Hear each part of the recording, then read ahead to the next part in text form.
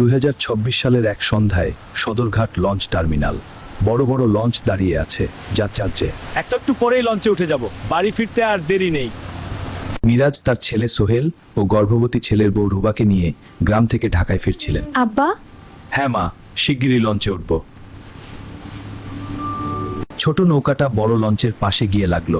যাত্রীরা উঠতে শুরু করলো। আব্বা সাবধানে উঠুন।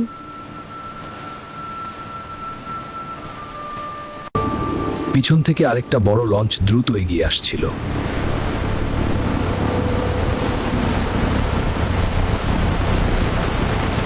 হঠাৎ পিছনের লঞ্চটা সামনের ছোট নৌকায় প্রচন্ড জোরে ধাক্কা মারল। নৌকাটা দুই বড় লঞ্চের মাঝে চাপা পড়ে গেল। ছোট নৌকাটা দুই বড় লঞ্চের মাঝে চাপা পড়ে ভেঙে যেতে লাগলো।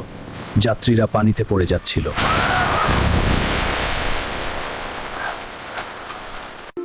মিরাজ পানিতে পড়ে গেলেন। আল্লাহ বাঁচাও!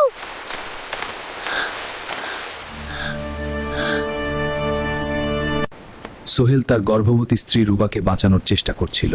রুবা, ধরো আমার হাত।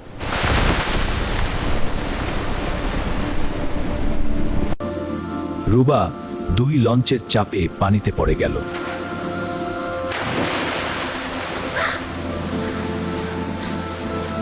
ফেরি ও ঘাটের লোকজন চিৎকার করে লাইফ বয় ফেলতে লাগলো। ঠিক আছে, পারবে ছেলে, আরো কম ফেলো।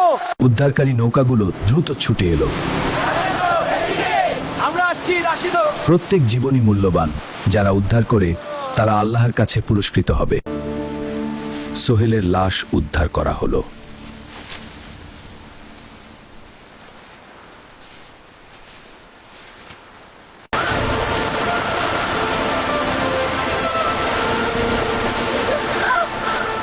মিরাজ পানির নিচে তলিয়ে গেলেন। ঘাটে আত্মীয় স্বজনরা কাঁদতে কাঁদতে তাদের লোকজনকে খুঁজছিল।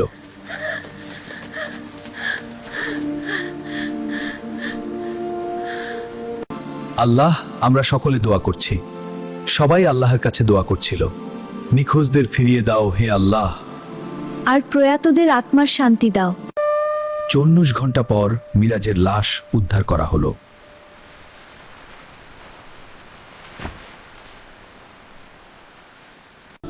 আত্মীয়রা লাশ দেখে ভেঙে পড়ল। হায় রে, আমার ভাই। আল্লাহ, কেন এমন হলো? এটা সহ্য করা যায় না। পুলিশ তদন্ত শুরু করলো।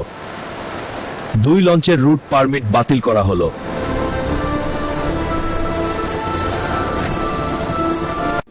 হাসপাতালে রুবা তার স্বামী ও শ্বশুরের জন্য কাঁদছিল। আমার স্বামী, আমার শ্বশুর, দয়া করে ফিরে এসো। আল্লাহ, আমাকে শক্তি দাও। বেঁচে যাওয়া মানুষেরা মৃতদের জন্য দোয়া করছিল। আল্লাহ তাদের আত্মাকে শান্তি দিন। আমরা তাদের ক্ষমা এবং জান্নাতের জন্য প্রার্থনা করি। আমিন। নদী এখন শান্ত, কিন্তু অনেক পরিবারের কান্না থামেনি।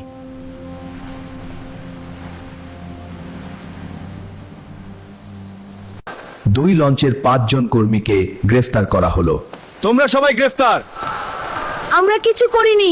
চলো থানায় চলো। সদরঘাটের এই দুর্ঘটনা আমাদের শেখায় তাড়াহুড়ো, আল্লাহ সবাই জানে কেন আমি সাবধান। বাস্তবের ঘটনার সাথে মিল থাকলেও এটি শিক্ষার জন্য তৈরি।